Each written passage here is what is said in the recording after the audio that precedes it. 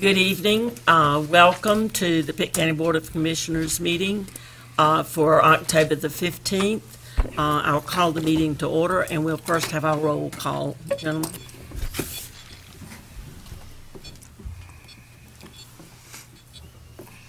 Okay, we're all present. Thank you very much. And we will now have our invocation by Commissioner Garris and our pledge by Commissioner Johnson. Let's all stand and pray, please. Father, we thank you this evening for your many blessings upon us. We thank you for the beautiful day that you've given us, for the opportunity of serving you, and for the opportunity of serving the citizens of Pitt County. We thank you, Father, for each one that is here this evening, for those that are watching us by way of television. We pray that you might bless our county, bless our community, and help us always to serve you and to uphold your values and your principles. We pray, Father, that you might be with us as a board as we look at the business of our community this evening, that we might make those decisions that are best for those that we represent. These blessings we pray in your holy name. Amen. Amen. Face the flag. I pledge allegiance to the flag of the United States of America and to the republic for which it stands, one nation, under God, indivisible, with liberty and justice for all. Thank you. And I'll accept the motion to approve the agenda. Second. Okay, if we'll vote.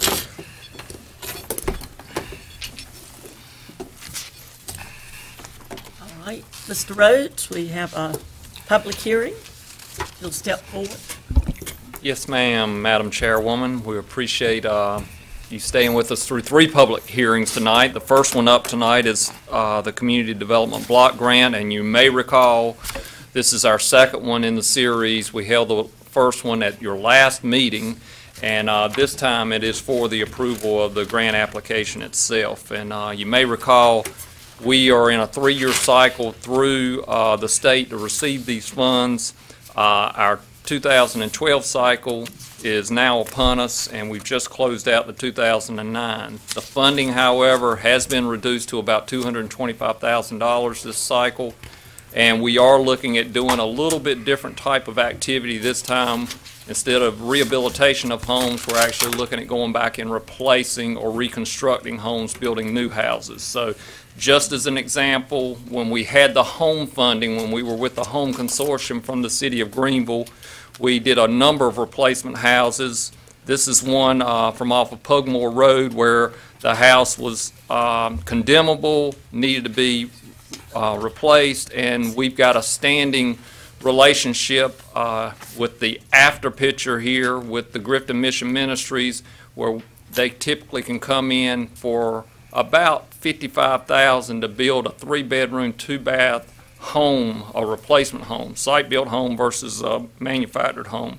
So this is a nice facility, and we can also upfit it if there's some physical disabilities, someone that might be disabled where they might need additional accommodations to get in and out of the house or in and out of the shower. And we're frozen. Not good. I'm sorry, I can't hear you. That's all to say. We have before you tonight a motion that will get you to approve what we have put together in the grant application, and also we're requesting that the chairman be given the authorization to sign off on this grant application. So with that, we have a public hearing, our second one first, and then we'll go forward with any comments or questions you have, Madam Chair. Okay, thank you. I declare the public hearing open, and we don't have anyone signed up for this, but is there anyone in the audience who came in that didn't get a chance to sign up who would like to speak? Okay, then I'll declare the public hearing closed, and any of the commissioners have any questions or anything they'd like to say? I have some questions, James. Yes, sir. All right. On the Pugmore Road, of course, it's off of Highway 11 and 13. The City of Greenville now has running water on that road. Is that correct? Water is there, yes. Yes. All right. You know, we've been talking about these houses along this road for, we applied for a grant that was turned down maybe 8 or 10 years ago. All right. Can we, and I think you're on the right track with the Baptist men, if they can build these houses for that, I think we can serve more people in Pitt County Absolutely. than we can any other way. So I think that is the way that you need to go, and we should have been going. All right, on the houses on that Pugmore Road, and that is, those people need help there, along that. Of course, Melvin, you know where I'm talking about too much. All right, how many homes is it on that road now that's up for demolition or that are below what they ought to be, James? Could you tell me that? I can't really tell you. We have done a survey through there in years past, and again, didn't quite meet the criteria that the state required for getting the sewer line approved and getting funding in here for that. There are some substandard houses through there, but you have to remember some of the problems with doing any improvements, especially a replacement home. The soils are very marginal, and don't know if we can go back in there with a facility that might have 3 bedrooms versus a standard 2-bedroom house in some areas. All right, it's right close to Country Mark. Country Mark has Greenville sewage. Right. Why couldn't that little area be put, and I've often thought about this, why couldn't that little area be put on the same system that the Country Mark is on? I think it comes down to an engineering consideration. It's probably not going to be gravity fed. It will need a pump system, and that gets into the money situation, and that's why we were going after the All right, grant funding. but anyway, you're looking at that particular area. Yes, sir. Okay. Well, overall, the entire county, but I know we've got at least one applicant from the Pugmore Road area. Okay. Okay, yes, Mr. Smith? On these houses, I realize they're built by the Baptist people, but is there any opportunity to take bids on building these houses? These will be bid. With these requirements through this grant, each one will be bid. I say we got a standing relationship with Grifton Mission Ministries, but it'll go through a bid process. If someone can do it cheaper than that or have a better product than Grifton Mission Ministries, we'll certainly consider them. Yes, I'm sorry, I didn't know Mr. Smith was. It's unlikely that they would have anybody cheaper than Christian Ministry, though, is it? I mean, because they basically, It's going to be very close on 55,000 Yeah. stick building. yeah, and they do a good job. Absolutely. Yeah. Okay, anything else? Yes, Mr. Owens? James, you say these are 3 new houses, We will get, is what you're planning for? yes, sir. I think it's very good that we can do this, and I've always been in favor of grants like this could do it. But something that bothers me a little bit is and I know construction cost is expensive this day and time, but here like the clearance activities, $22,500, when you burn a house up and leave a little bit to get away with, and everybody don't think the way I do. But then then you come on down, you got planning, $3,000. We've already got planning paid for. Then you come on down to administration, $19,500. And you add those 3 figures up together, you got $55,000, which is enough money where you ought to be able to build your 4th house. Yeah. I will respond at least to the clearance activities. A lot of these older homes, may have asbestos, may need to be tested for lead paint, and the state and the federal government guidelines certainly dictate how we've got to take away that trash and any demolition. The planning is what has been, as far as putting the application together, that's what is allowable by the state. We don't necessarily have to use it that way, but we do have someone that's actually goes through all the files and makes sure people meet the income eligibility and some of the other requirements for the grant. I'm basically just saying, James, that be tight with the money, and I'm sure y'all will, but I've seen a lot of times in government contracts and things, and I agree with Melvin, the ministers or the church has done great deals for people, Bill, and I know they don't make any money on it. In my heart, I don't feel they do. But check and see if the house has asbestos in it. Go ahead, thank you. Okay, Mr. James? All right, these fire departments burn up houses. In the Bellboy area, they burn up 2 in the last, you get the state people, cost you maybe $100 to come in and inspect it, tell you what it's got there, and then it's just a matter of formality. They go out there and they burn the place up. with praxis. We It will don't cost no attempt that. I would- $22,000. That's All completely right. out of line.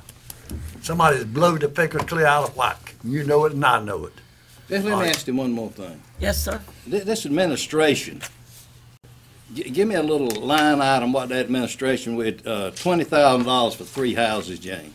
What that accounts for during the construction process, one of the staff members is constantly out there. There are reports that have to be filed. We've got to ensure whether it's the demolition, whether it's the construction process, we've got someone out there. So basically that comes back to the general fund. It does not come into our planning office. It comes back into the general You're using fund. this to get the money here. I understand that.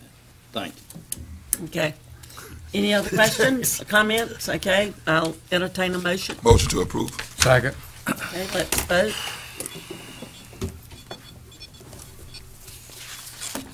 Okay, it passed. Next. Next up, we have one item for consideration in changing the zoning ordinance, and this is for our R40 zone, and I'll show you a map in just a minute as far as where those areas are located. This is pretty much an outgrowth of some of our activities associated with the Communities Putting Prevention to Work grant, and that came out of the Public Health Department. I think Dr. Morrow will speak more specifically to that in a little while. But this is to actually provide access to citizens here in the county for healthy foods, and the farmers market is certainly one way of providing access to those types of foods. We have seen, when we first developed our zoning ordinance, we kept the R40 zone very restrictive as far as what could go in there, and primarily it is residential only. And we feel like at this point that it is appropriate to allow farmers markets in this. So going through this public hearing tonight, it is to simply add one letter to our permitted use table, and that is to allow by zoning permit farmers market within the R40 zone. And again, just to orient you as to where these two zoning areas are, these two districts, farmers markets are currently allowed in the dark green and the light green areas, the RR and the RA, and then the darker brown areas along Highway 43 North, and also pretty much around the Lake Christie area over between Simpson and Grimes, and those are our only two R40 zones, and we'd also like to allow farmers markets to be located within those areas too. The planning board reviewed this at their meeting last month and unanimously agreed to send forward their favorable recommendation for your consideration tonight at the after the public hearing, and we are recommending that this be put in place immediately. And also, as part of the motion, we did want, as I've talked with the county attorney earlier, we also want to add to the motion that we update our code of ordinances as part of this. So recommending approval of the amendment as shown, as well as the update of the code of ordinances. Okay, thank you. I declare the public hearing open, and we don't have anyone sign up to speak. Anybody here that came in late? Okay, I'll declare the public hearing closed, and any of the commissioners? Okay, Madam Chairman, I make a motion, we approve this. I think that this is a good Second. addition because it makes the availability of fruits and vegetables more widely spread throughout our community. okay. We've got a motion and a second discussion. Mr. Smith? For this farmer's market, do you have to get a permit for it? You have to at least say where you're going to place it. We have to ensure it meets certain criteria, but it is simply allowed by right in that area. Okay, so So you it- don't have to, a permit, Not Yeah, like a okay. building permit unless you're constructing some type of facility Shed. out there, but no type of building permit, no. does it have to have a restroom on premises, on the area? And typically not, because these are usually temporary facilities and only open for, could be a couple of hours or a certain amount of days per month. They're already located in Pitt County, some of them, along the roadway. Oh, yeah, in certain other areas. but in the R40 zone currently aren't allowed. Yeah. But right over there at Parker's Barbecue, they're selling peaches and all this stuff there under that tent, watermelons, and they're selling watermelons every which way. That's the same principle, isn't it, James? Very close, yes. This is not like a farmer's market, like a No. big farmer's market Doesn't where they have come to in. necessarily This be is that generally large. the one farmer, One- either in front of their house or One where family. someone is giving them permission. That is correct. Okay, Mr. Webb? And just to make sure, James, this will fall within, it'll be similar type foods that you find at a farmer's market. It won't give someone the ability to open up a hamburger truck. No, not at all. Again, there's a definition that goes along with this that's already in our ordinance, and it is not for the cooking or preparation of foods. That I have are nothing inside. against hamburger trucks, I'd like to say. But, you know, James has been very involved with the Healthy Living Task Force with the state and has done a good job with that and in the battle against obesity, one that I lose regularly. But I support this and Do you I wanna make a appreciate his motion? work. Yeah, it's already been made and Oh, seconded. already made and seconded. I thought so. We're still talking. Okay, anybody else? Okay, let's vote please on the motion for approval, including the addition to the policies or whatever that is. Okay, we skipped over on our agenda, we have the daycare facility next. It should have been second, but we'll do that now, Mr. Rhodes. Sorry about that. No, that's fine. Onward to the last one, and that is the conditional use permit request for a residential daycare facility. And before we get started, remember this is a quasi-judicial process, and in turn, there is the need to swear in any of the speakers that wish to come forward tonight. Okay, anyone signed up?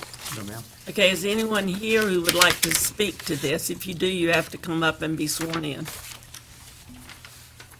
Okay, if there's no one here, do you have to be sworn in, Mr. Rhodes? Yes. Do you swear to tell the truth, the whole truth,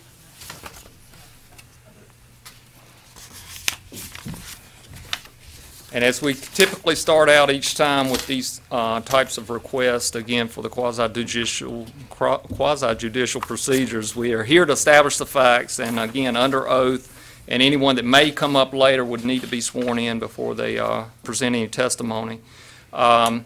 We are, in this case, if there are any appeals to this particular request, it would go forward to Superior Court.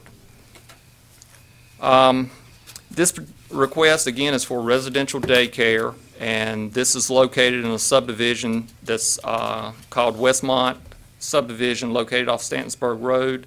The comprehensive land use plan designates this as suburban residential. And in this case, one of the criteria that we look at is the hours of operation. The applicant is requesting to be open between 7:30 a.m. to 5:30 p.m. To orient you as to where this is located in the county, this is Highway 264 between Greenville and Farmville. This is the interchange, I should say, with Mazingo Road. And of course, here's the intersection of Mazingo and Stantonsburg Road. The property in question is right here, bounded in yellow within Westmont, on Westmont Drive. Some of the land uses surrounding here, predominantly residential, as you can see. This is the Bell Arthur EMS squad, just to kind of give you a landmark, and just a number of different subdivisions along Stantonsburg Road in this area. As you may recall, with our development standards in the zoning ordinance, there is a requirement for security fencing, and also, as we talked about with the hours of operation, the location in this case is not subject to some of the other requirements in the ordinance. In any of these cases for conditional use permits, we look at 4 criteria. The first one being, will it materially endanger the public health or safety? And this is part of the application package that comes in. And staff has also reviewed this, and we believe that it will not materially endanger the public health or safety. Will it injure the value of properties adjacent to it? We believe that it will not. It is in a residential dwelling unit and should not injure any of the adjacent property values. Is it in harmony? Again, completely within a residential dwelling, and we feel like it is consistent with the surrounding land uses. And finally, does it conform with any of the approved plans by the county? We believe it is in conformance. So staff is recommending the following motions. Acknowledge, number one, that the permit is complete and complies with the zoning ordinance, and number two, approve it subject to the requirements per the ordinance, along with the additional condition of hours of operation between 7:30 a.m. and 5:30 p.m. With that, we're ready for the public hearing. Okay, I'll declare the public hearing open on this issue. We haven't had anyone to be sworn in to speak, so we'll have to close the public hearing. And any of the commissioners have a question or comment? Move we approve both. I second the motion Okay. for both of them. Okay, yes. Everybody understand? Okay, let's vote, please. Okay, great. Pass, Thank you. Mr. Rhodes, thank you. Okay, our next item is a presentation to our Eagle Scout from Troop 15. Do we have to have that? Madam Chairman, I make a motion that we authorize the chairman to send a letter of achievement to this young man. Okay, and it's been seconded, so let's vote, please.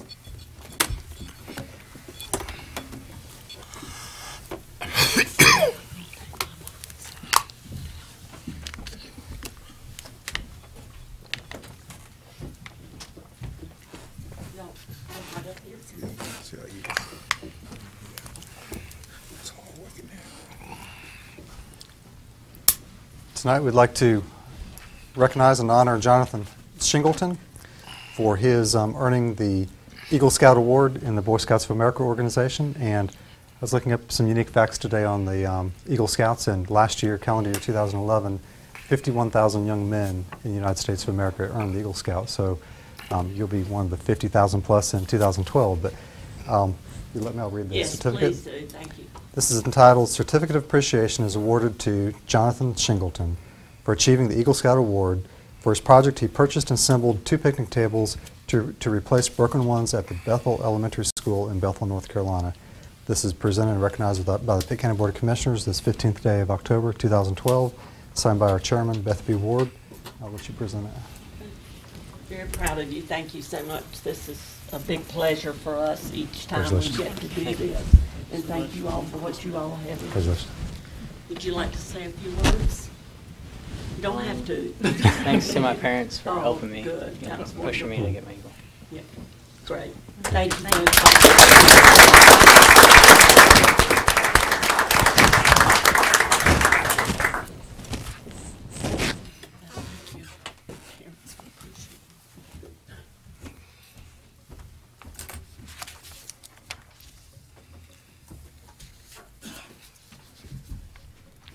And before we go for your items, have we got public address to the board? I jump right over that every time.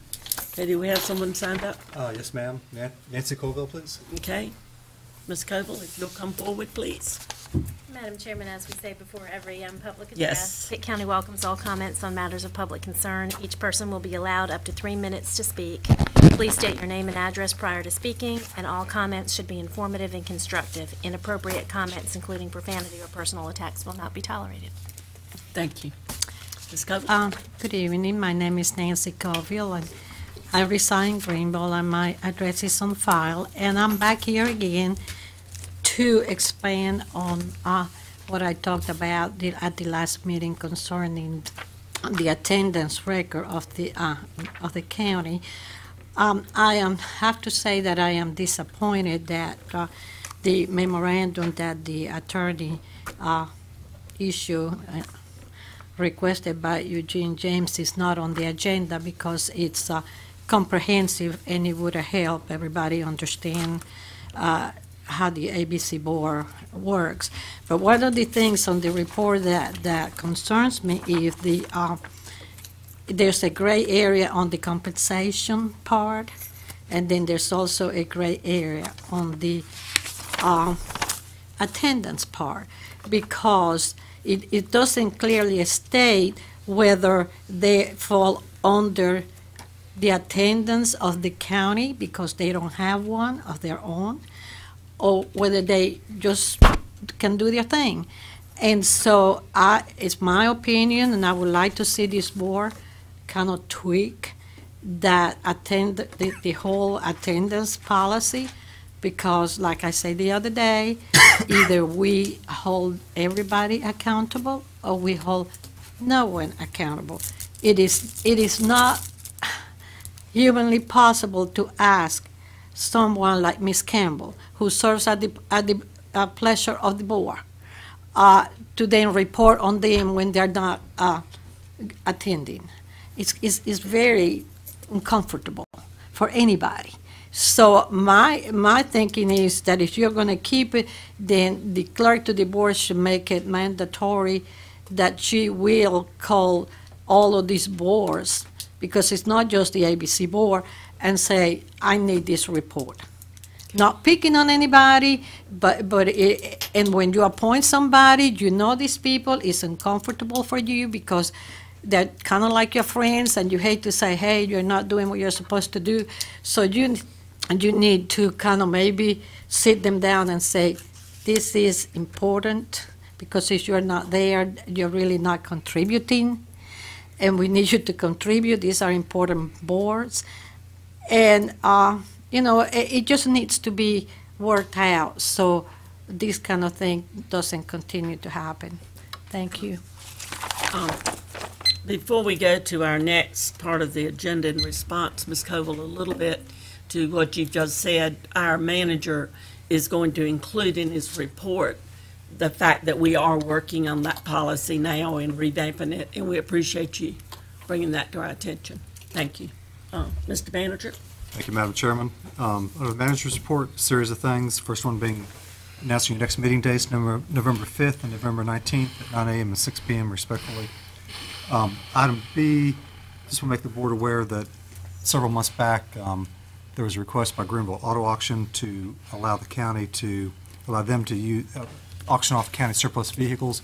We have discussed that with them, have executed a contract with them, and we're actually going to, the number of vehicles they're rolling off in the Sheriff's Department, I believe it was 16 that was announced.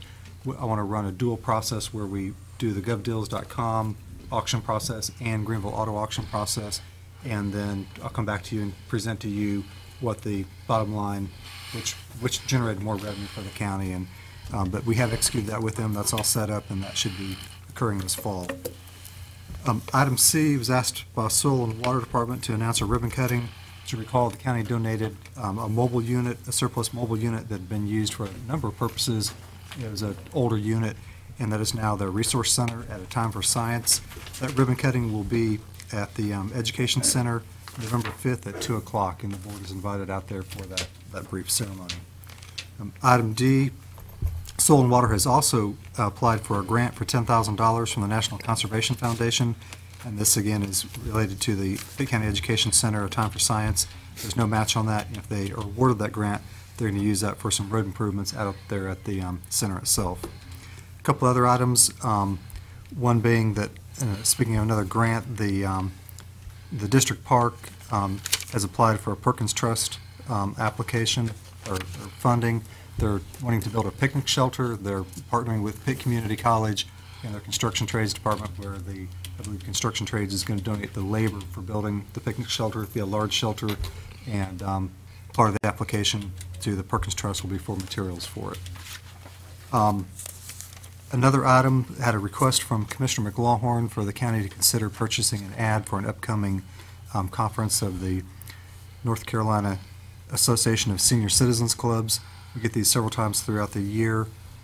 They're looking for a donation to either put an ad, a half-page or full-page ad in their program for this conference, or possibly a door prize. At this point in time, I don't have anything budgeted specifically for this, so if anything were to be done, it would need to come out of contingency. I will say that in the past, I know with ECVC and their operation, we have participated, but I guess the difference would be we do have a funding relationship with them, how we fund them, but others we do not. But I told Mr. McLawhorn I'd bring this before the board and see what the pleasure of the board was to whether to appropriate money for this cause or not.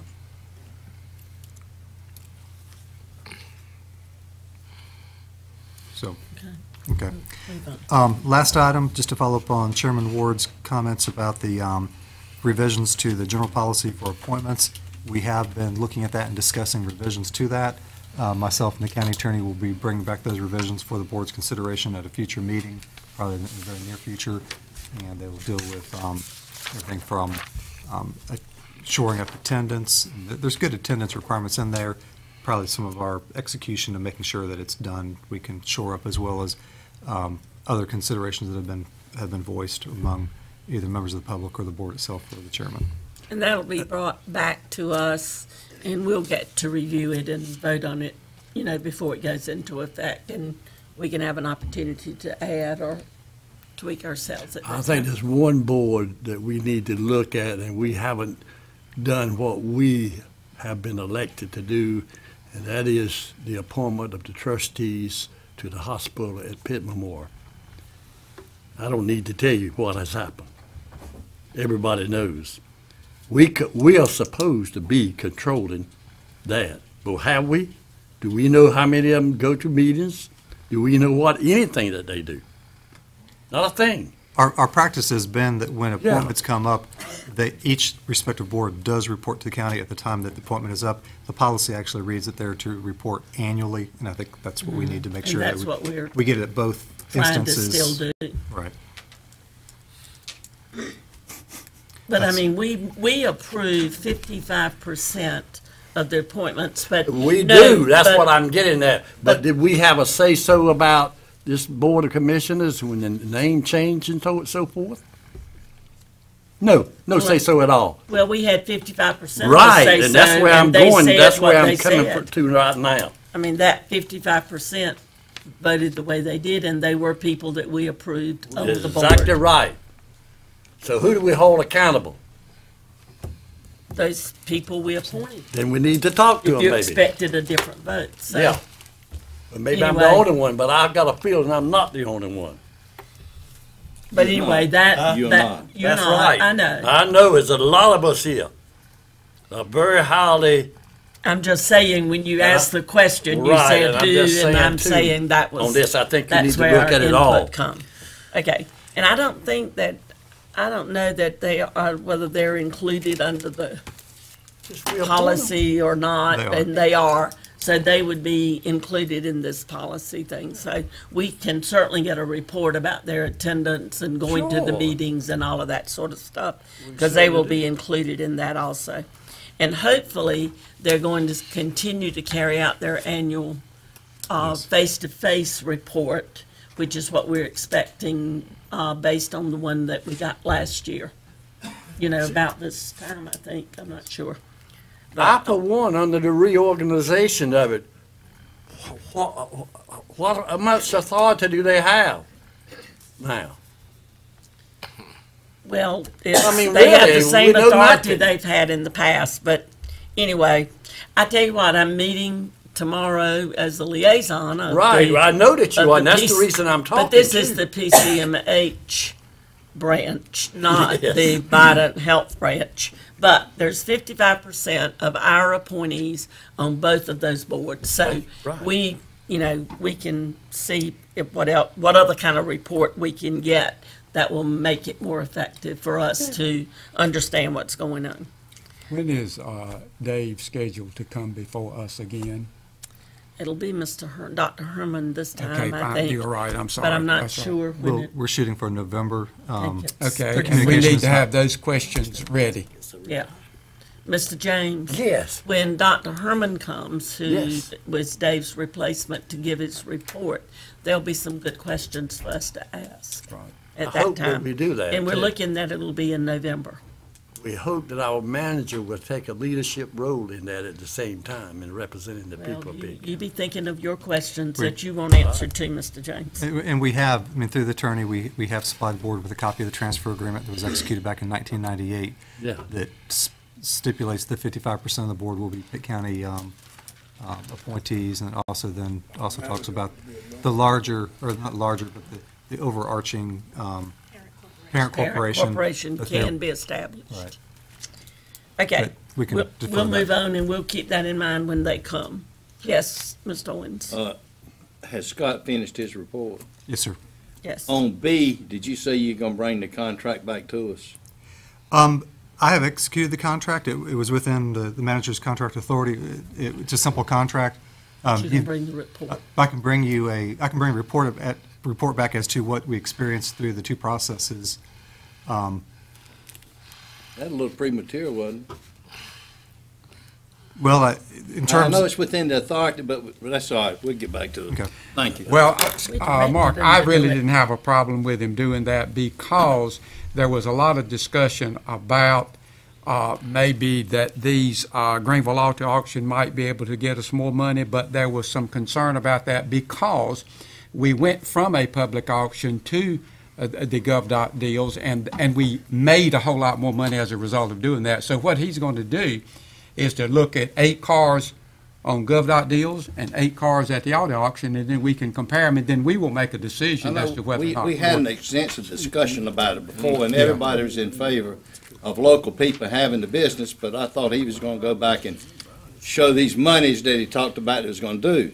But that's all right, go ahead. Mr. Owens, I had reported to the board that Greenville Auto Auction has no experience. They're going to do their first federal surplus auto auction, I believe, this month, but Clark Stallings had no data he could show us as to what their experience was because they've never done it with a governmental entity to date. I hope they can make more money, but as a commissioner, my responsibility was to see that the county taxpayers fared the best, and that was my. Also, in like manner, I'd like to give all the business to local people. Sure. Yeah.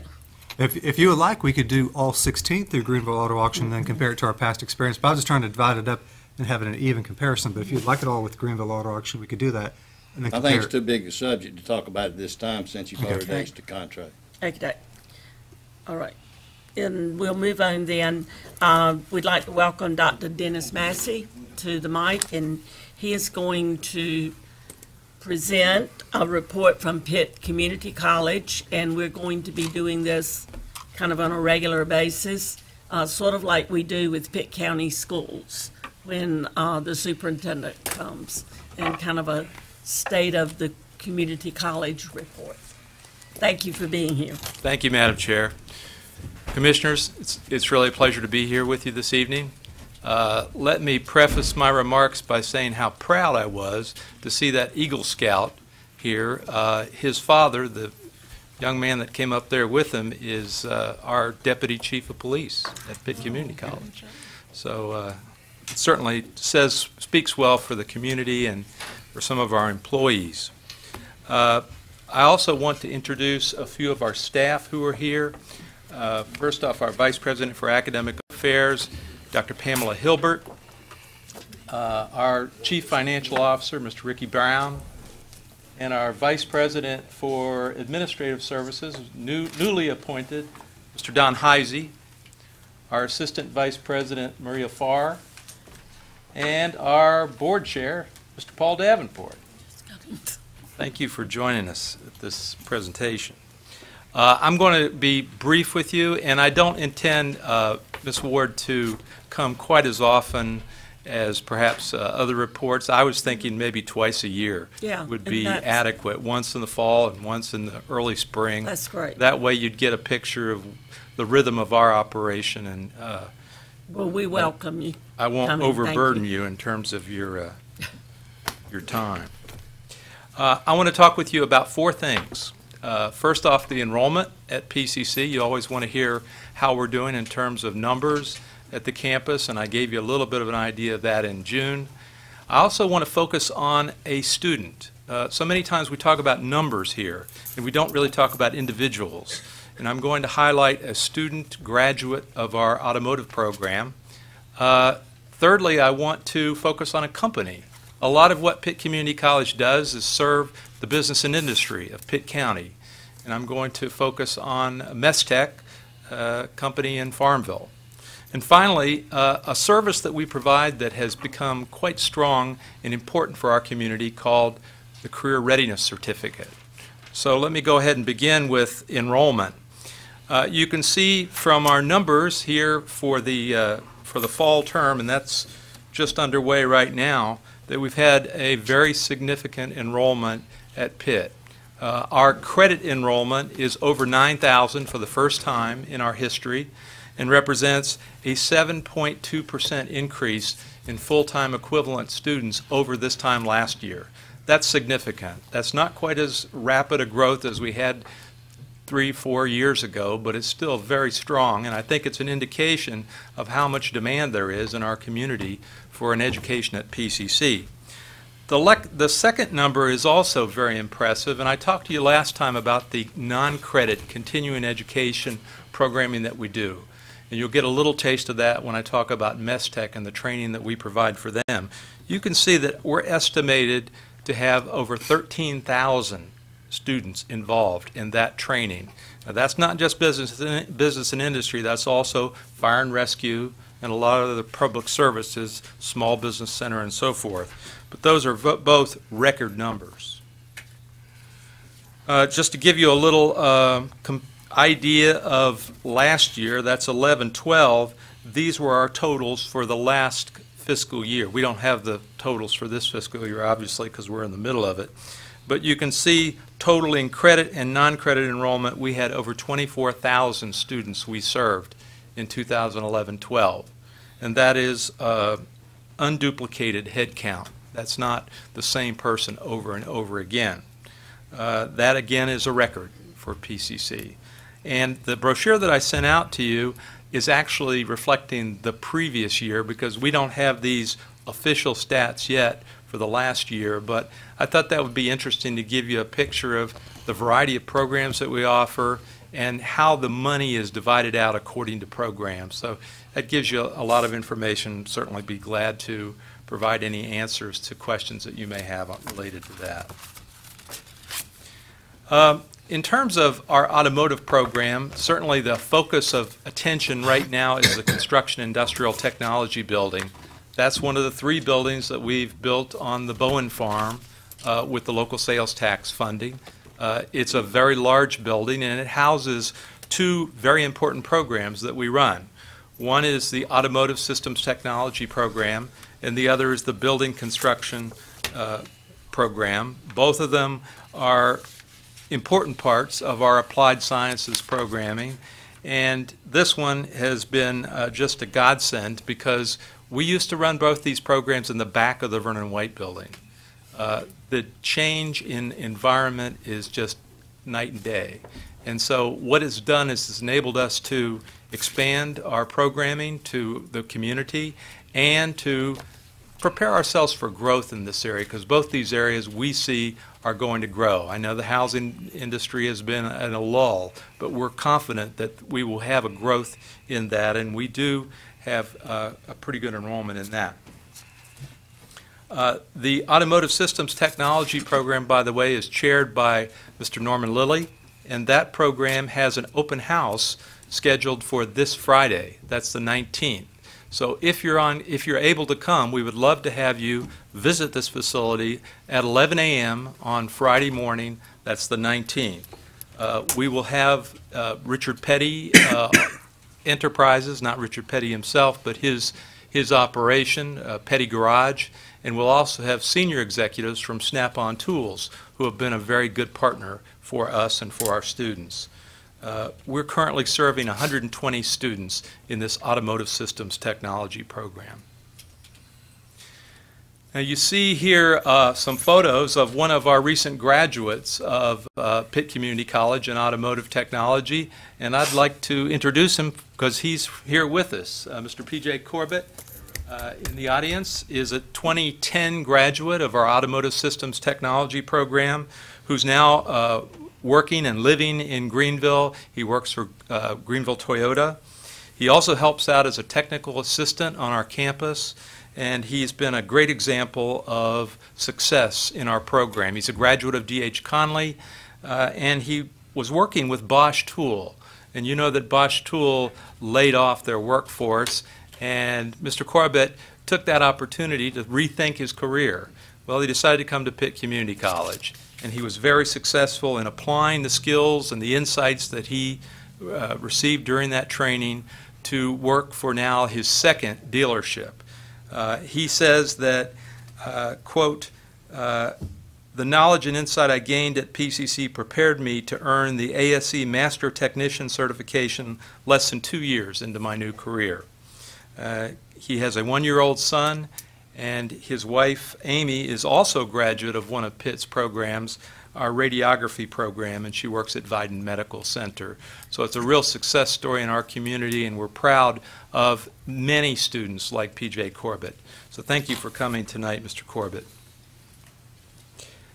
The company I wanted to focus on is a company in Mestec that doesn't get a tremendous amount of attention, and that's Mestec air conditioning and heating units. Mestec actually has been operating in Farmville since 1975, producing gas-fired and hydronic and heaters, rooftop furnaces, and air conditioning and heat pump systems. I got to know Mestec kind of closely because I attended an awards ceremony there not too long ago. And the corporate executives, Mestec is owned and based in Massachusetts, were present to award bonuses and performance awards to all the employees. So it was a quite joyous event. We were responsible for the training that enabled them to earn those new awards. So obviously they were very grateful. PCC has assisted with training that resulted in their attaining Level 1 EPIC Challenge, as well as almost 50 employees who are receiving welding instruction, OSHA training, and tool and die training. Our customized training grants have strengthened their workforce significantly, according to plant manager Emerson Hopgood. And I'm going to take a full tour of Mestec just in the next week. They've been a great partner with Pitt Community College and taken advantage of the customized training programs that we provide. That's the pass-through money that comes from the Department of Commerce through Pitt County. This is a picture of the mobile welding lab that was funded in part by Golden Leaf funding, and then the work that we're doing at the facility. The last thing I want to focus on is a program that we've been sponsoring for about 3.5 years, and that's the Career Readiness Certification. Career Readiness is actually a product of ACT Work Keys, and so it has a tremendous amount of integrity and validity. And what it does is it provides a credential after a testing process where an employer knows what the level of competency is of individuals who are interested in working there. And it also lets the student or the worker know what they need to work on, what they need to improve in.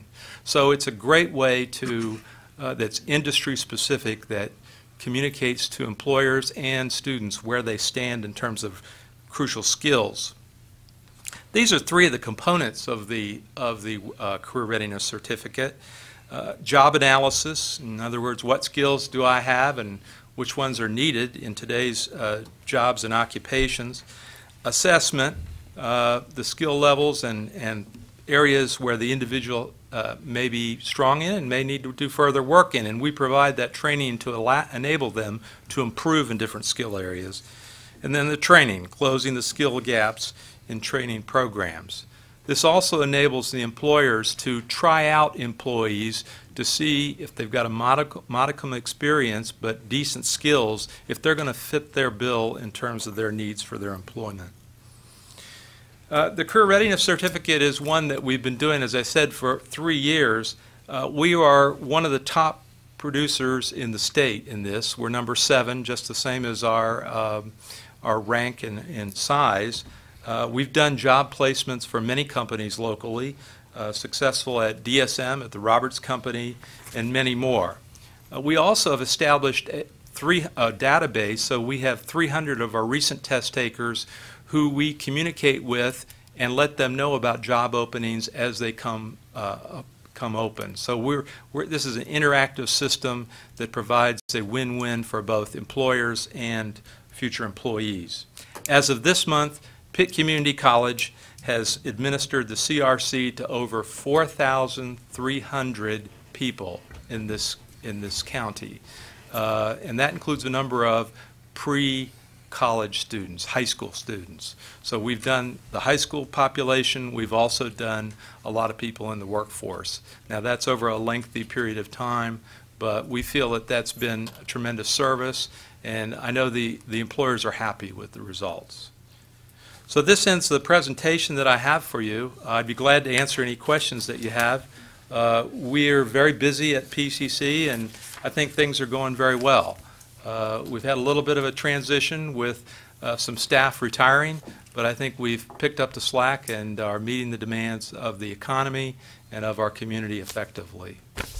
Do you have any questions that I might answer? I just have a comment. I know that at our Development Commission Board, we've talked about that career readiness certification, and we view that as being a significant benefit in preparing our workforce for the jobs we have here in our community. So we appreciate you sponsoring that program and working with us on that. Yeah, Wanda Uhas knows its value and has very much been a supporter of what we're doing. We've gotten funding from different sources because this test is not free. The Eastern Region Economic Development Group has provided a significant amount of funding. Good. Yes, Mr. Owens? I want to commend the President on the reconstruction and the appropriate matter they took in their construction cost. I've kept up with it in the paper, and they've done an excellent job at that. Thank you. Thank you. Mr. James? I certainly want to thank you, the board, for the wonderful work in which you're doing for the citizens of Pitt County and the business in Pitt County. And I was wondering, who's paying for the bill out there now for the Bernstein Center, the enlargement of it? We only run the education So program. you don't know there. about what's going on in the building part? No, I don't. We run the GED and different training programs that go on there, but I wasn't even aware that they were expanding. But pretty big place out there where they're building. I'll have to go out there and visit. Yeah, go out there and look at it. I reckon that's what they're doing. Okay, Anyway, they at got the a lot of Bernstein people- Center. They got a lot of things going over there in one section. One other comment. I will be a student of yours on November the 8th because I'm going to be taking my real estate update course. So I'll be part of that 13,000. Okay? That's right. Make sure I pass. You better ask for a parking that place, is program, what you ask for. we can't influence that. Okay. That's what he suspected. Don't until you ask. That program used to be a credit program, and we changed it to a non-credit to provide more flexibility and to lower the cost. So I think it should be a value for you, but it's really up to the student, as you know. Jimmy, they could have some scholarships that could. Yeah, you got Help you out there. Dr. Massey, thank Yes. you so much. And, Thank you. I did want to, have we not just completed an accreditation? Yes, we have. How And could I I forget? thought you might It's- share that, because a lot of people who are not in education don't realize what a monumental task that is, and how many years go into that. How many days are they there visiting before you get the final accreditation? So having been there a little bit and have seen what's happened over the past 2 or 3 years, might just speak to that. It's been a long process, and it's not over. As you know, those things drag on, and so we're still working on the final reports. But we got a very positive visit in September, and only 3 recommendations, one of which was on the compliance area, and we're working on responding to that. So we felt it was a very successful review, a team that was led by the president of Eastern Shore Community College in Virginia, and we felt positively about it, and we'll keep you posted on what the final results are. They won't be till next June. It takes that long to go through the process, but we're glad we're through with our part. Yes, and you all did a really good job of that. Thank you again. Thank you. And thank all of you for being here tonight. We appreciate that. Our next, we have our Kathy Booker, our tax collection report. If you'll come forward, please. Thank you. Good evening. Good evening. The Pitt County fiscal year-to-date combined collection rate for real and personal property and registered motor vehicles is 62.82%, which is a slight increase as compared with the rate 1 year ago of 61.94. even though we were down in September, we had enough collection increase in July to, that we remain ahead of the last year's collection rate. Okay. Any comments? Motion to approve the report. Thank you. Second. And there's a second. Thank you.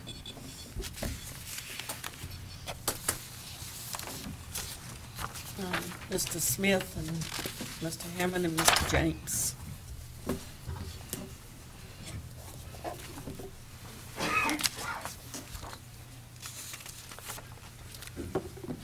Thank you very much. Our next item, our manager, if you'll speak to that, please. Sure. Thank you, Madam Chairman. Next item is to recognize the past chairman of the county's Criminal Justice Partnership Advisory Act Board. The Advisory Act Board is a board that was appointed by the Pitt County Board of Commissioners in conjunction with the North Carolina General Assembly appropriating the funding and the mandate for this program and service to be delivered in Pitt County as it is, or used to be delivered in all counties. The North Carolina General Assembly in the last session, the short session, did away with this board and the functions of it, and they have retooled this, and actually the state has sent out an RFP, a request for proposals, to deliver this service in a new way. That process is currently ongoing. The need for an advisory act board like we had before is no longer needed according to the General Assembly. We as a county have sent a letter, you as a board have sent a letter to all the folks who served on this board. Commissioner McLaughlin asked that we ask the past two chairmen of the Criminal Justice Partnership Advisory Board to come today to be recognized. It would be William Surgenson, who is the current past chairman through June 30th of 2012, and then Dick Adams, who is the chairman prior to Bill Surgenson. So, Mr. McLaughlin, turn it over to you. Thank you. Madam Chair, I've been on that board for a number of years, and over the past years, I've just been so proud of the efforts that's been made by especially our two past chairmen, Dick Adams and Bill Surgenson. You know, the drug and alcohol addiction is a rapid problem around Pitt County, and then to see, and also the sex offenders, and certainly just recently started a drug court. Our Judge Joe Blick was very instrumental in handling that. But more importantly, it's just the time and effort that these two gentlemen, along with the committee, has offered and has done such a tremendous job in curtailing some of these people from the world of crime. And so I'm just so pleased I was very sad to see that that it was not funded again because of such a tremendous work that this agency and organization has done over the past. But again, under the direction of Bill Surgenson now and past Chairman Dick Adams, this was made possible and a success for Pitt County. I'm so proud to see him here and that we recognize him. Okay. Would you like to have them step up? If you, I think so. Gentlemen will step up here to the microphone and we'll get you on camera. And we really do appreciate what you've done. Hey, Dick, how are you? Thank you so much. And we recognize it is an effort, and it's an effort for people to contribute and volunteer to work on boards like this. And I know that it has made a big, big difference. So thank you both so much for serving. And maybe the legislature will come through with some money and we can get back on board again. Anything y'all would like to say? I certainly do appreciate the opportunity and having the opportunity to participate in this program, and I really feel like that it has had a tremendous impact on a lot of individuals in this county, and some individuals from adjoining counties. And I will pledge that I will try my best to speak to a few of the guys and dolls up in Raleigh and see if we can't find some funds for this program. It has been very effective. Yes, sir. As some of you know, that program that we had was the #1 program in the state of North Carolina. It was not second, third, fourth, fifth, or anything down the line. It was number one. We had people coming from different states to look at it. They wondered how we were so successful. The thing that we actually told them was we had everything in a central place where people could come, find out what they had to do, did what they had to do, and then go back into the community. Our success rate was over 80%. So with that, we couldn't have done it without a good staff. And the private company that took on the actual chores of doing the day-to-day maintenance of that program, my hat's off to them. I don't know how they did it, but they stuck with it, got finished with it. They were recognized, I think, 3 times, if I'm not mistaken, over the years on that.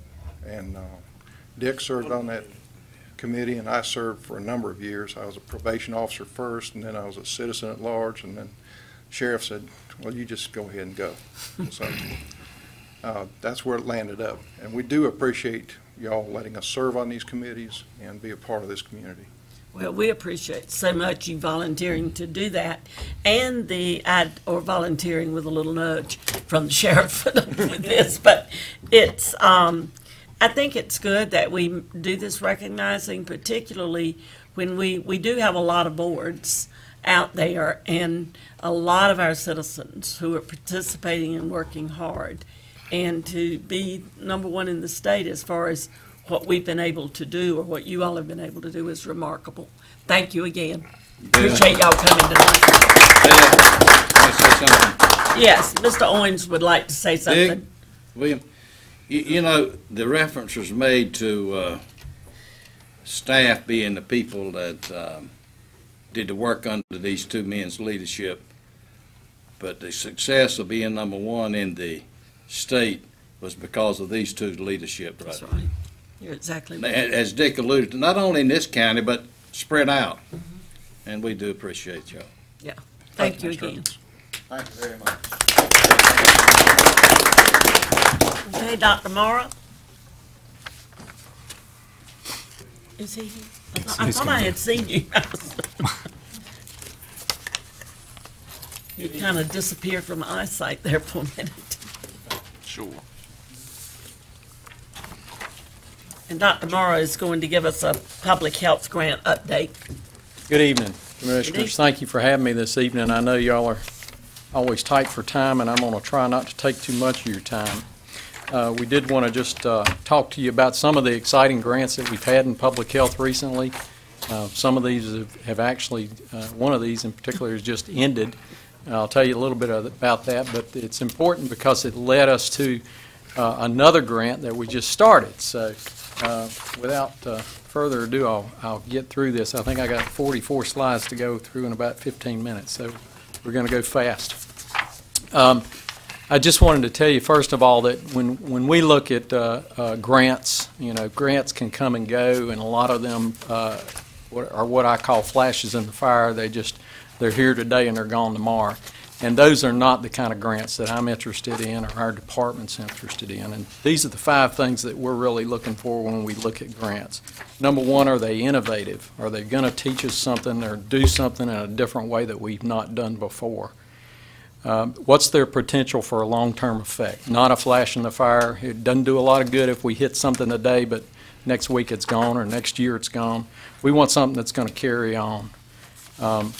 It has to be inclusive of the partners because, we've learned in public health we don't do anything in this county. We can't do anything in this county without the cooperation of our partners, and that includes you as our county commissioners and our county management and MIS department, and we've gotten the planning department really involved here lately. So we're always looking for our partners, whether it be the schools or the community colleges or someone in the community that's going to help us get this work done, and we have great partners here in Pitt County, and it just makes this place a wonderful place to work. The other thing is that we're looking to save county dollars, and we know how tight the budgets are, and nobody likes to pay taxes, and everybody wants to know that their money's well spent. So anytime we can save a county dollar, we're up to do that.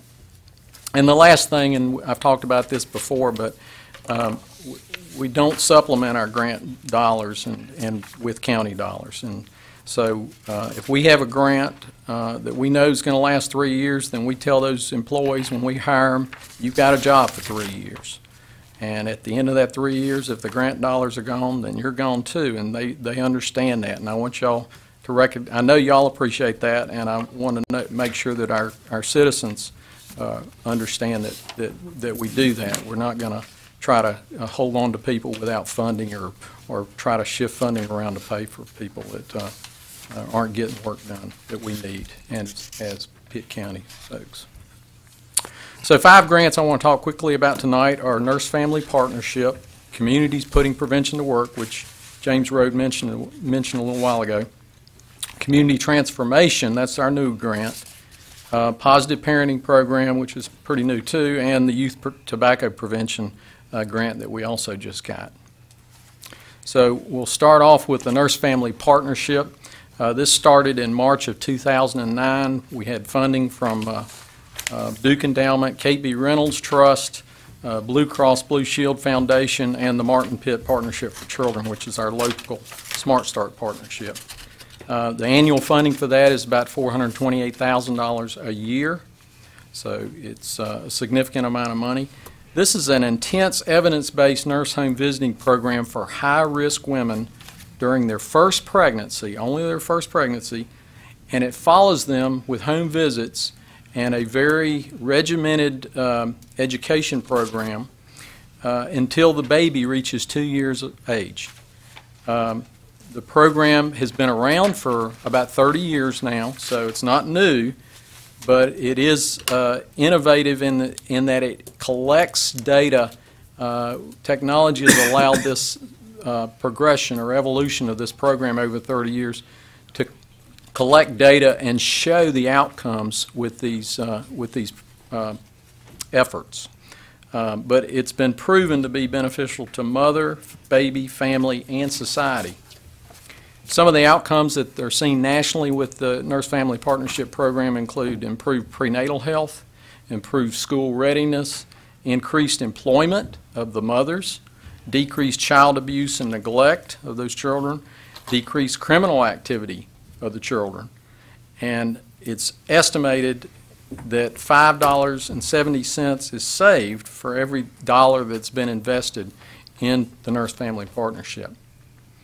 So in Pitt County, we have 5 nurses with a maximum caseload of 25 mothers each. We just graduated this summer. Our first graduates, that is their children, reached 2 years of age. So they're out of the program now, and we're replacing them with new recruits. And the program is very well coordinated. It fits well, and that was another thing that really attracted us to this. It fits very well with the other programs that we already had at the health department, like our Resource Mom program, pregnancy care, case management, care coordination for children, those are Medicaid programs, and the WIC program. So it fit in very well with everything else that we were doing at the health department. Second, I want to talk about Communities Putting Prevention to Work. This is a 2-year grant that just ended in the end of September, and it started in 2010. We were one of 2 health departments in the state to receive this. The other one was up in the mountains. The CDC, the Center for Disease Control, made the award to the North Carolina Division of Public Health. There was an application process, and thanks to Joe Morgan, my health education director, who's sitting back here in the crowd, she wrote that grant and did an excellent job with it.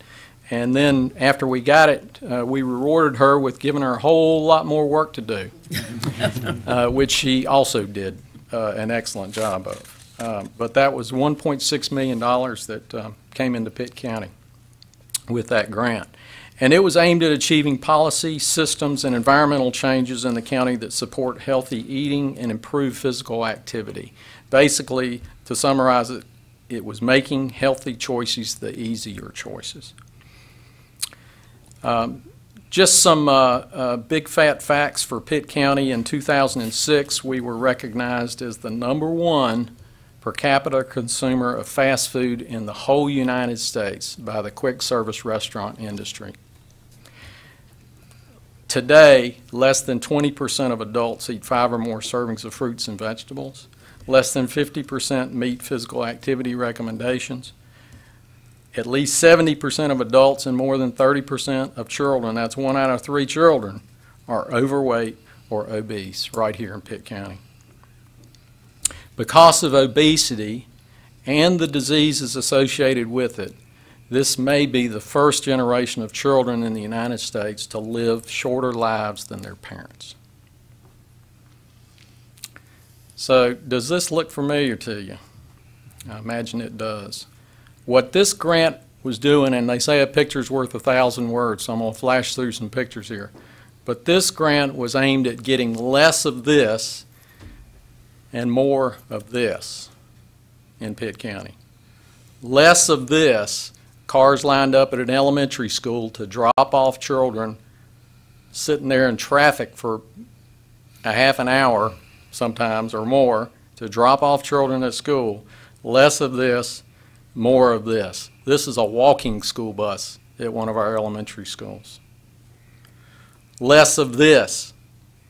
This is your child trying to walk across the street to get to school or to get home from school. Traffic all around him. More of this.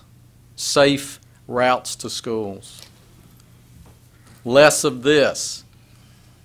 Now, this is not a bad neighborhood, but would you rather walk on this street with cars coming within 5 feet of you, or more of this?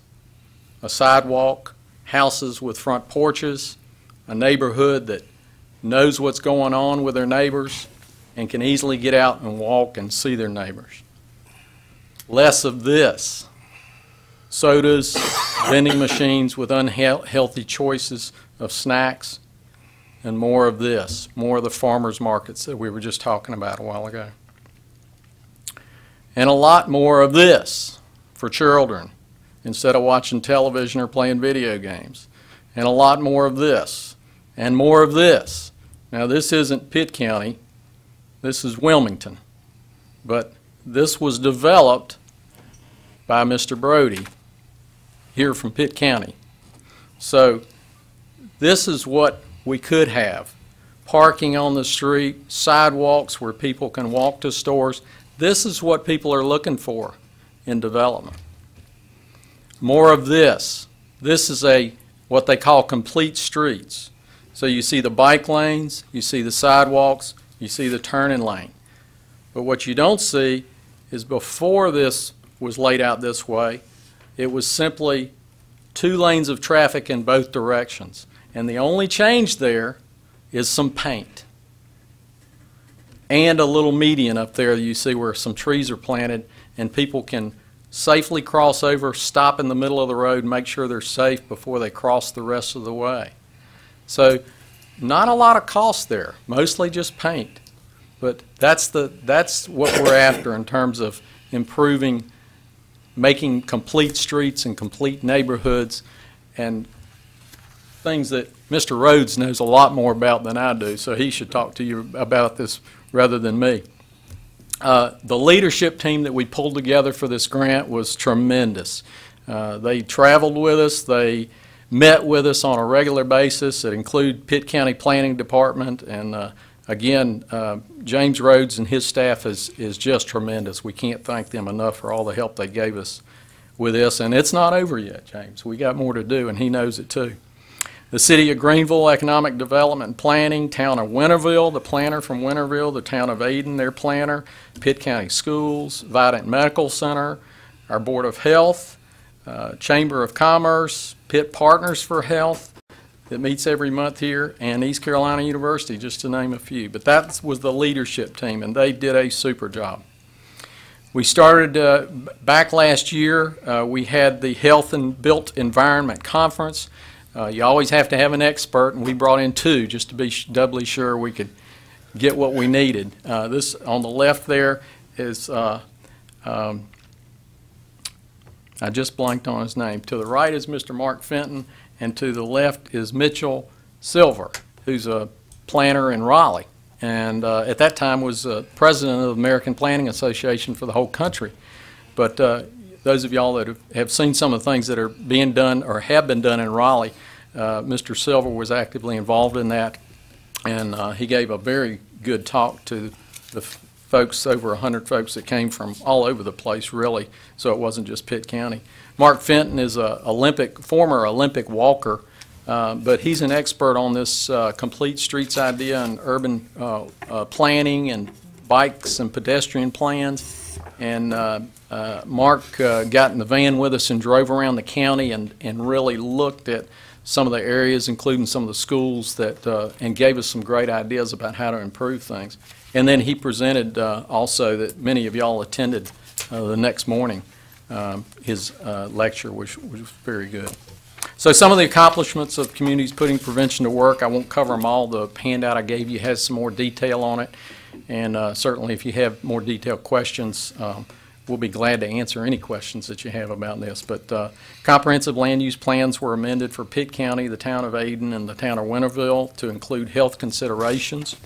The comprehensive land use plan focuses on 4 areas to achieve better community health: parks and recreational facilities, access to healthy foods, access to alternative modes of transportation, and those complete neighborhoods that I just showed you. Pitt County developed an implementation plan to address the priority goals in their comprehensive land use plan. The town of Ayden conducted a mobility study. The town of Farmville, through a partnership with the Department of Transportation, Mideast Rural Planning Organization, and CPPW, is developing a bicycle and pedestrian master plan. A supported plan design for the new Greenway extension from the eastern to the western portions of Greenville. The City of Greenville is reviewing planning documents and development regulations to identify areas where existing policies can be strengthened to promote healthier lifestyle choices, and getting community input on that. We've increased some safe routes to schools. We've improved after-school physical activity, working with Boys and Girls Clubs throughout the county. We increased access to fresh fruits and vegetables through Corner Store Initiative. That's getting some of these rural country stores to have available fresh fruits and vegetables. And the Community Gardens Program, which I know y'all have heard a lot about that, particularly the one out at the county park. We improved worksite wellness and breastfeeding through the Chamber of Commerce, working with the private companies in the county, and also through Pitt County schools. And we know that changing children's behavior, it's really important that we get to the teachers, because they spend so much time with those children. So that's part of that worksite wellness at the schools reason, is so we can get to those children. We know that's where we'll make the biggest impact long term. So we supported the development of a voluntary agricultural district as the first step to farmland preservation master plan. So important for farmers. We helped improve access to farmers markets around the county. There are new markets now in Grifton and Farmville we assisted with, and got the great buses to start running a route to the county home farmers market. So increased access there. And one of the big things it did, CPPW, was it gave Pitt County a 2-year head start on the Community Transformation Grant, which I'll talk about next. Community Transformation is similar. It's a CDC grant that was passed through the North Carolina Division of Public Health. It includes all the counties of North Carolina instead of just 2. And they've contracted with Pitt County as the regional lead county for 9 counties in this area. It started just in March of this year, and it'll end September the 29th of 2016, so it's about 4.5 years. And it's approximately $400,000 per year for the 9 county regions, so not near as much money as we had here in Pitt County for CPPW. 4 strategies identified by our region under community transformation are active living, healthy eating, tobacco-free living, and healthcare quality improvement. The counties that are included in the 9-county region are Beaufort, Carteret, Craven, Greene, Jones, Lenoir, Pamlico, Pitt, and Wayne. And the leadership is from the health directors of those 9 counties. Some of the partners that are already actively involved include the Cooperative Extension, the Mideast Commission, Eastern Carolina Council, North Carolina State, and A&T universities, area health education centers, and Access East, and many others. Again, the goal of this is making healthy choices the easier choices. And poor nutrition, inadequate physical activity, and tobacco contribute significantly to the main causes of early death for people here in Pitt County and in this region. The fact I laid out a little while ago about this being the first generation of children that are likely to not live as long as their parents, that is scary to me. I hope it is to you. I think it's a fact, literally, that children cannot live with, and we as leaders in this county, I think it's a fact that we should not live with. And we've got to do something soon so that that doesn't happen. The data is clear that children are getting sicker and adults are getting sicker as long as this obesity thing goes on. And we really appreciate y'all's interest in that, and we think that we can make a difference here in Pitt County with this grant. We've already started, but we've got a lot more to do. So for the compelling reasons why community transformation is important, it's improved health means lower cost. We're going to save money in the long run and in the short run. This is also economic development. That storefront I showed you, that's what people are looking for. That's the kind of community they want to live in. That's the kind of community that new businesses are looking for. They're looking for a healthy population to have as a workforce. So it is an economic development issue. And lastly, it's a national security issue. If you remember, or you shouldn't remember, but if you read your history books, 100 years ago, right here in Pitt County and eastern North Carolina, young men were not draftable because they were undernourished. They had hookworm, they had all kinds of diseases that made them unhealthy. And it was through public health programs that started 100 years ago that made those people healthy. Sanitation of water supplies, sanitation of food and milk, all those things that helped make people healthier and improved the draftability of those young men to go into World War II, and Korea, and Vietnam. And today, 100 years later, about 2-3 generations, we have young men who are not draftable because they're overnourished. And that's a very sad statement, but it's true.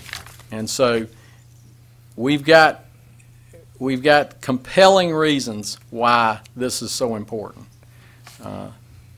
And the last reason is our children, because as I said, we don't want them to live a shorter life than we have.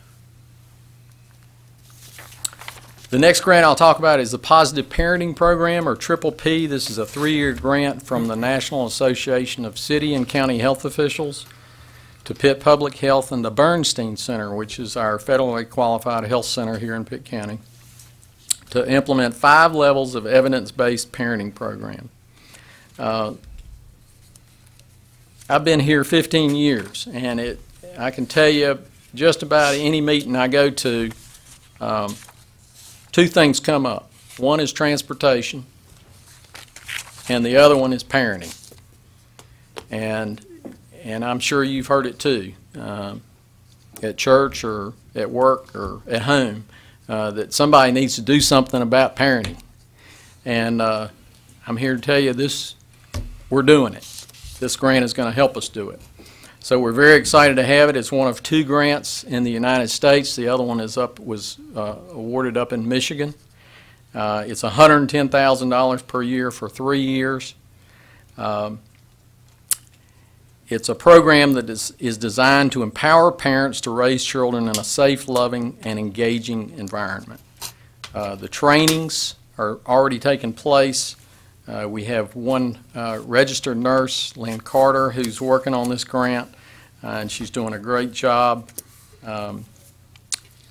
getting all our partners, again, recruiting those partners to help us accomplish this. We're getting folks from the medical school, private practices, university, everybody we can think of to get trained in Triple P, to help them teach other people how to raise children properly. And this goes from being the 5 levels are a broad media campaign that lets people know what appropriate parenting is, and it goes all the way up to intensive work with families that have already had child abuse situations in their home.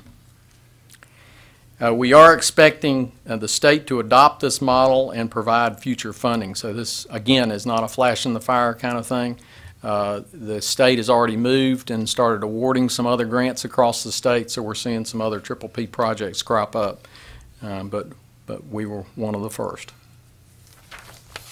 And lastly is our Youth Tobacco Prevention Grant. This is a 1-year grant that we just got in August. It runs from August the 1st till May 31st of next year, so it's pretty short.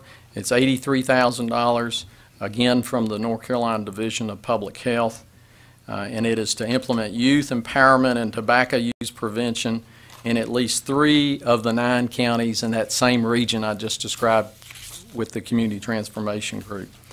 So the focus with this is on school-age children from kindergarten through high school. And that's the 5 grants I've brought to you this evening. I'll be glad to answer any questions. Okay, we have a question down here, and we'll do Commissioner Webb first. Thank you, Madam Chairman. Thank you, Dr. Morris, Yes, for your sir. presentation. My question is, there's been a lot of talk about access, and that's wonderful, but is there any initiatives to get the cost of healthy choices down? Because I just Googled it real fast. You know, a bag of apples is around $5. But for $5 at Taco Bell, you can get a Burrito Supreme, a Cheesy Gordita Crunch, 1 regular taco, an order of cinnamon twist, and a medium drink, which a medium drink's about as big as my forearm. So, I mean, that's in 1 box. That's $5 for all of that versus the 1 bag of apples. Yeah. For $5. Absolutely. That's a great question, and that is something that we're discussing in the healthy living, healthy eating work groups. One of the things that we've worked with the CPPW grant was looking at the subsidy of farmers, so local farmers that grow fresh produce, getting those products, helping them get them to market. You know, the corner store initiative is another example where we went in and we helped those corner stores purchase the equipment so they could keep fresh fruits and vegetables on hand, because they said they didn't have the equipment. So it is subsidizing those things to help them get started and using these grant dollars to do some of those things. But the more that we can do with that and increase the supply, then the cost, you know, it naturally will come down, we hope. And the more that we can get like locally grown fresh fruits and vegetables into our schools. You know, there have been policies in the schools for years that restricted so that a local farmer couldn't bring his fresh fruits and vegetables to a school because it had to be USDA approved, it had to be inspected.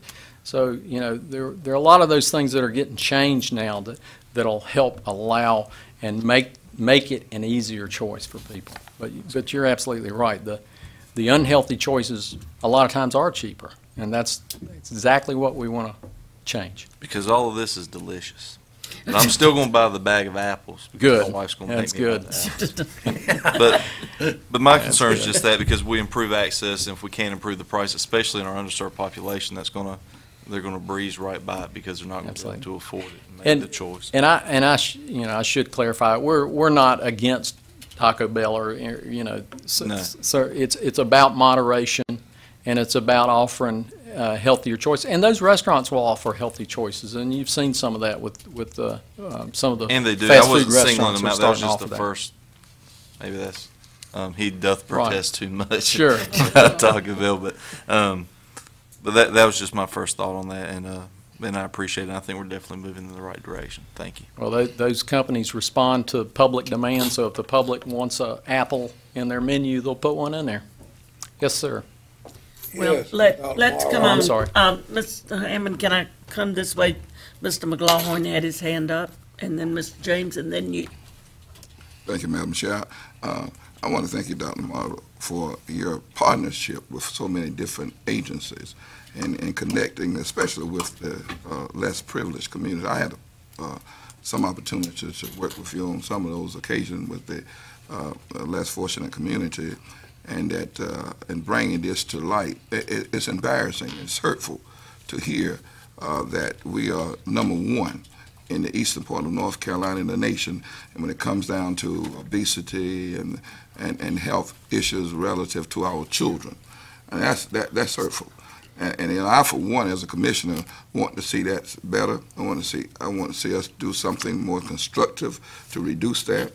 One of the things that I see that I thought was very instrumental in that we have moved sodas out of the machines in some of these schools and replaced those with fruits and vegetables in the machine. So I think that's a great move. You talk about transportation, and certainly that's continued to be an issue everywhere you go. And I agree. When the meetings that I go to, transportation is an issue, especially in the rural communities, and Commissioner James is very well there, getting to and fro and getting these healthy products. I think that we certainly need to continue to work in that area. You know, Mark Fitton that you brought up, he comes on TV. Some of the commissioners were very fortunate to be in that presentation when he came here in Pitt County. And I think that some of us probably seen him. He comes on this cable channel 23. I think that is a repetitive basis. So, but there's so many things here that you touch on that is very, I'm very much part of. And I want to see that the county would just take a more aggressive means in trying to deal and curtail some of these major issues that were described. Thank you for what you do. Thank you. Okay, Mr. James. You know, I guess what I'm got to say is that you aren't going to agree with me. I'm that person that was drafted in World War II. Mm. And I believe the biggest You were problem healthy enough. I was born in 24, which is a long time ago. But I believe the biggest thing that we've got is the federal government and the state government.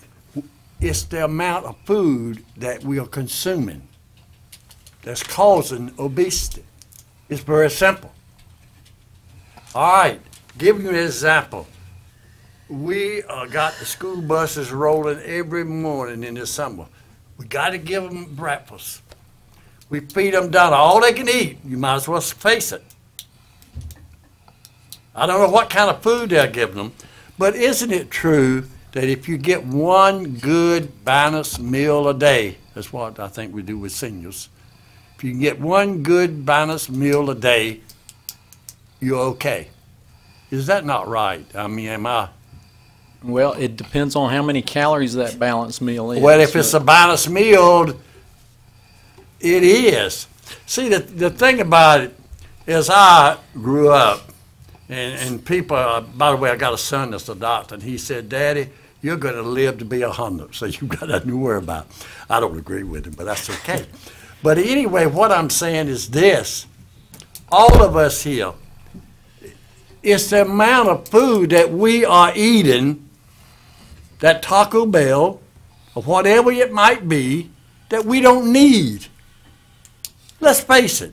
I often tell people that I don't eat that much, and they say, Mr. James, how do you not do it? I say, well, when I was a little boy, my mother had 8 kids. She had to cook on a wood stove, so she cooked where each one of us could have 2 biscuits.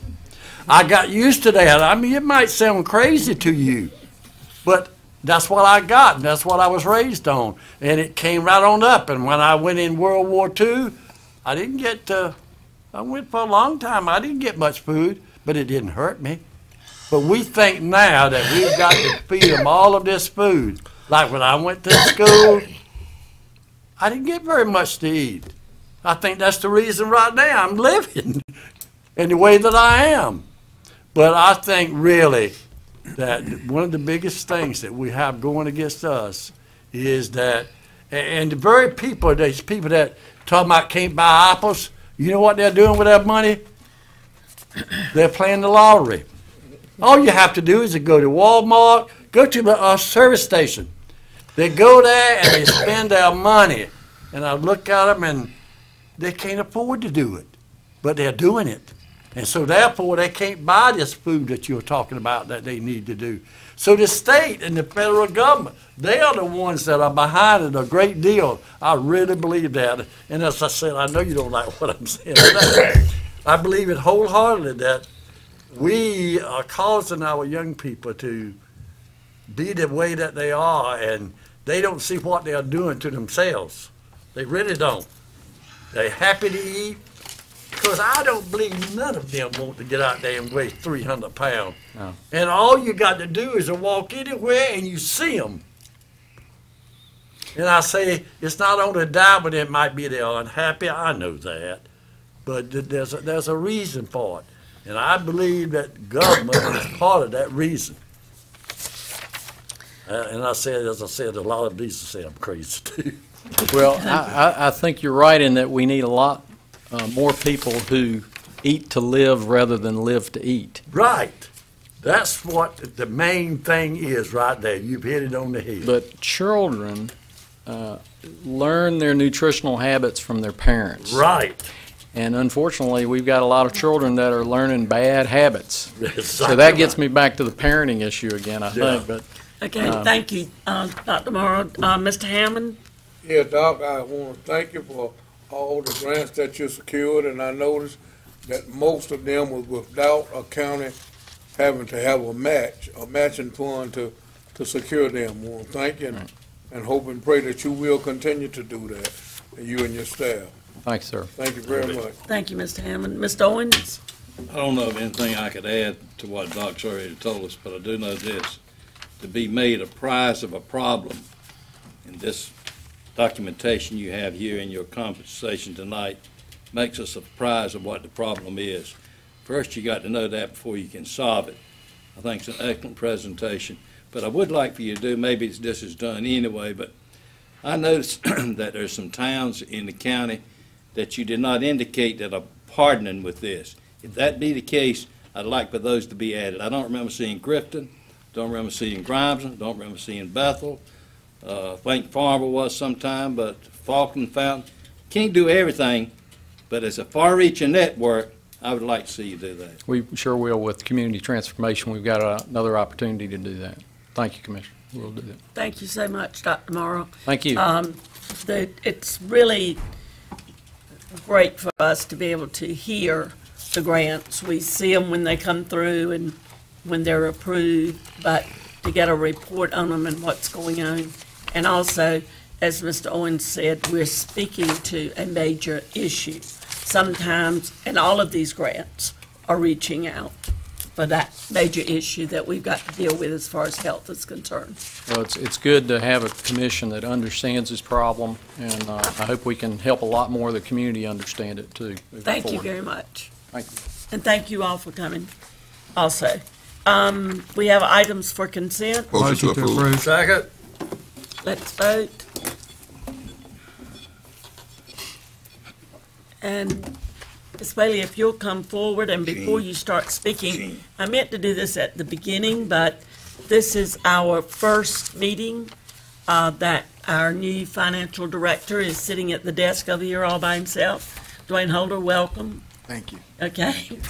I appreciate you being here. Thank you, Doc. Ms. Bailey? Good evening. The Animal Control Advisory Board met on September 26th, and part of that meeting, they passed the Pitt County Animal Shelter operating policies. And this has kind of been a process they've worked on throughout the year. We've looked at the best practices for shelter and those guidelines and looked through that document on the things that we could implement now, things we want to work towards. We're continuing to try to improve conditions at the shelter and also to provide the best outcomes that we can at the shelter. Part of this process was tweaking our operating policies, which is outlined in the document. And part of that, all of the fees in this document are currently in place. And the only change the Animal Control Advisory Board made was to the fees that we charge to municipalities. Realizing that it's often difficult to switch mid-year and change fees that we charge, the board still wished me to bring this forward to you. But with that being said, we do understand that oftentimes mid-year that is hard to do. Okay, yes. We'll hear from the manager now. Is that? Yes, ma'am. Okay, thank you. Just to follow up on Michelle Whaley's comments, she and I have met, and I think she's in agreement that we as staff believe it would probably be more appropriate to defer the fee increase to the spring, to the budget process for the fiscal year 2013-14 budget cycle. But we're also in agree with the Animal Control Advisory Board. The proposed changes to the operational policy would recommend that you go ahead and implement those, but any fee increases or changes, defer that to the budget process, just because it is unfair. I have heard from one of the municipalities today that was concerned that we were proposing changing fees mid-course, and the board's past policy has been to do that at budget development time for the most part. Okay. Madam Chairman, I'd like to make a motion that we adopt the proposed changes exclusive of the fee increase. Second the motion. All right, the motion's been made and seconded. Any questions? I want to say now's the time to let them know about it so that they can have it in their budget the coming year. Right. Exactly. That's our Go intent. on. That's the thing. Madam I Chair, think, yes, sir. I sit on that board, and I also want to know too that these fee changes aren't arbitrary. The price of business has increased, the volume's increased, the price of the chemicals and things they use has increased, and staffing has remained The same. bare bones and probably understaffed, in my opinion. And so it just wasn't an arbitrary thing that was cooked up. It was just an honest assessment by the board of our operating expenses minus what was brought in. Okay. Madam Chair. Can I, yes, sir. Michelle, you talked with the manager. You okay with the situation of waiting until?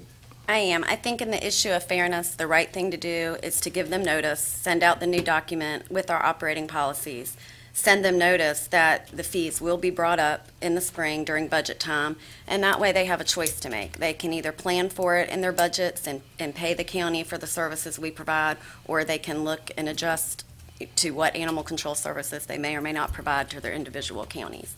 So in the issue of fairness, I think it probably is the proper thing to do. Okay. Let's vote on the motion if there's no other discussion. Okay, it passed. Thank you very much. Yes, sir. Sure. I voted for it, and I think you need, but how did you drive it when you went from $10 to $20? Lynn partially hit on that, but, we went through and changed some fees back with our other budget that there was not any merit to it. And I'm just wondering how this was done. One of the main fees that we looked at was the cost of euthanasia that we're performing. Every couple months, it seems, our drug medicines are going up about 6% on average. And the increase, when you look at all the supplies needed for the drugs, for the needles, and manpower, we're not breaking even any longer. I'm sure you had done that, but I just wanted you to tell it to everybody else. Of course, this is a 100% increase. Thank you. Okay, thank you, ma'am. Okay, we now have items for decision. Manager Elliott. Yes, Madam Chairman, board members, and the first item is appointments and reappointments to the Pitt County Planning Board. You have 2 members who are eligible for reappointment, Clay Malloy and Thomas Harris. You have 3 members who are coming off because they've served the maximum number of terms, Lynn Evans, Taylor Keith, and Porter Stokes. Okay, I'll entertain a motion first for the, is it 2 reappointments? Yes, 2 reappointments. For the 2 reappointments? Will someone make that motion? I so move. Second. Okay. Now, my concern is that on one of them, Mr. Malloy, for the 10-11 term, he attended 55% of the meetings, and on the 11-12 term, he attended 60% of the meetings. And our policy says that they should be attending 75%. So has he been contacted to think that's it. reaffirm his commitment to start attending? Can I address that, please? Yes. Okay. Yes. Something you need to be aware of. Mr. Malloy has been very faithful to our planning board, has been very involved. He experienced a death in the family that accounted for several of the meetings that he's been at. Okay. Thank you very Just much wanna for make you that aware of that. information. The motion has been made and seconded, so I support that. Okay, so if we'll vote on those reappointments, Clay Malloy and Thomas Harris. Okay, and I'll entertain motions for the appointments, the new appointments. Madam Chairman, I'd like to nominate Matt Nobles to replace Porter Stokes from District 5. Matt serves with me on the Development Commission. He is very much involved on that commission. He attends the meetings faithfully, and I have discussed him serving on this board, and he is eager to serve and willing to be at the meetings. Okay. Any other nominations? Madam Chairman, I would nominate Steve Lawfridge to replace Lynn Evans. Is that correct? Okay. He has an expired term, correct? Yes. For the at-large seat. Okay. I've spoken with Mr. Lawfridge. He's excited to serve, and Okay, thank you. Any other nominations for that particular seat? Move the nomination closed and it'd be. Wait, we have one more. more. What's the name of the Keith. gentleman? Taylor Keith. Who? Taylor Keith is the person who's coming off, but No. District B. We have, there's another one. Correct. Yeah. Yeah. That's what we were looking for. We had written. That's from District B, Correct. which is 3 and 6. Yes. Look in there. I don't have that. So you have Charles Davis, Joseph Allen, and Kenneth Ross. Okay. Was it Davis that? Okay. I know Yes. of a good person that will serve there, I believe would be, Are they would make a positive They are contribution, here? but they're not in District B. We'll nominate one of these other Read ones. those names again. I think we need to get one. Are they from that district? What, who was it? Charles Davis. Charles Davis, Joseph Allen, and Kenneth Ross. It was this Charles Davis was the one that we. Okay, I nominate Charles Davis. Okay. And he. Okay. Is He's that an Ken Frost, engineer, I if he was think. a former commissioner? Yes. Huh? Yes. I'll nominate Kenny Frost. Have two of them there, you can vote. Okay, and just for procedural clarity, we have 3 seats. Yeah. You have one person nominated for the first seat by Mr. Right. Garris, one person nominated for the second seat by Mr. Webb, and now 2 people nominated for this third seat. And so I would just recommend that you vote for them by seat, Okay. as opposed to in a group, That's since you have what I more than thought. one Yes. nomination for the third seat. Okay, if we'll vote first, and the first nomination we got for the Porter Stokes seat, I think that was Matt Nobles.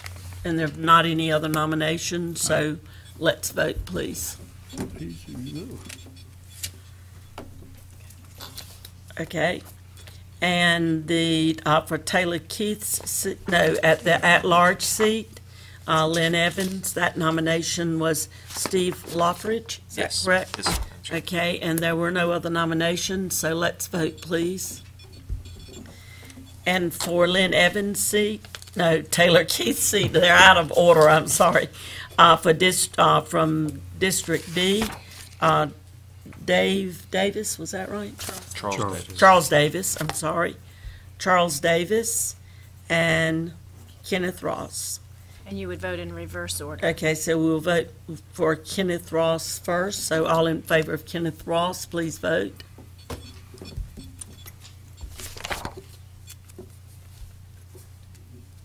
passes. passed, so we do not need to vote on the other one. Correct. Okey-doke, thank you very much. And our next item, that takes care of that one. Next item on page 75 is an appointment to the Animal Control Advisory Board. You have the resignation of Jody Melnick, and the Animal Control Advisory Board is recommending Melanie Bryan to replace her for her unexpired term, as I recall. Motion Yes. to appoint Melanie Bryan. Is there, we don't have to have a second. Any other nominations? Okay, let's vote.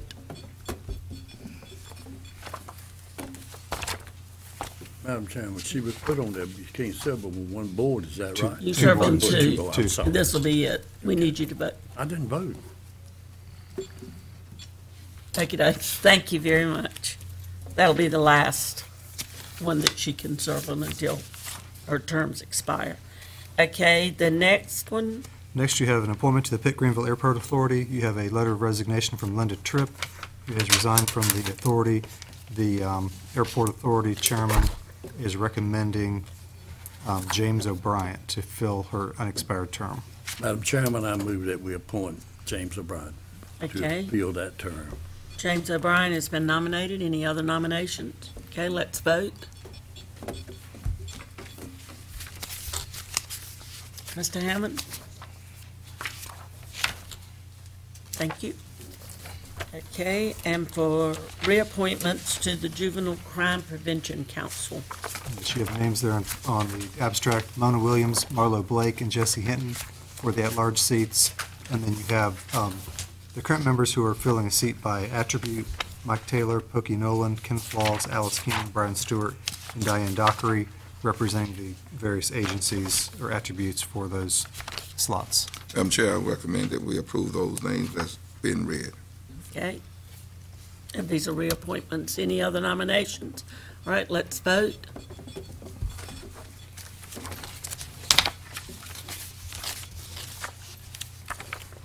Okay, thank you. And we have one more, the Local Firemen's Relief Fund Board. Yes, reappointments to this board. You have a recommendation for the appointment of, on the page here, Here it is. Thomas Harris and J.D. Lawrence. Motion to reappoint both of them. They've attended 100% of the meetings, both of them. Okay, let's vote, please, if there are no more nominations. Mr. Hammond? Thank you. Okey-doke. They pass those reappointments. And that's the end of our agenda for our business. We have our commissioners' comments. We'll start with you, Mr. Owens. Tonight's been my complaint night, so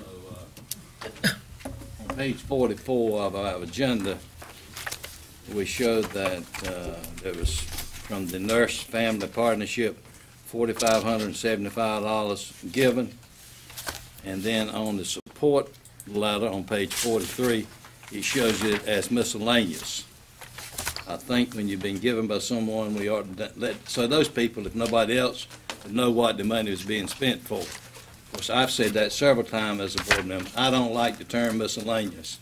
Okay. I'm aware budgeting matters takes necessary, but when you're talking about $4,575 of labor is miscellaneous, it's not very clear to me. Okay. So that's a good recommendation. Thank you. I just want everybody to know how I feel. Okay. That's good. Okay, Mr. Hammond? It ought to be earmarked.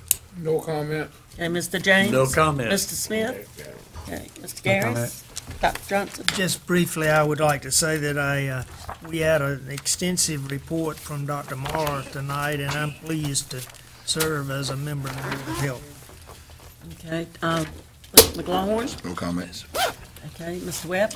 Madam Chairman, very briefly, I continued my series of ride-alongs with county employees this month, and this month I spent some time at the landfill, put on a hard hat and did what they did, and the best I can surmise is everyone that works there is a saint. And God bless them for what they do because of the condition the county would be in without them, as well as the condition they keep the landfill in. It's a very clean facility, all things considered, for what they do there.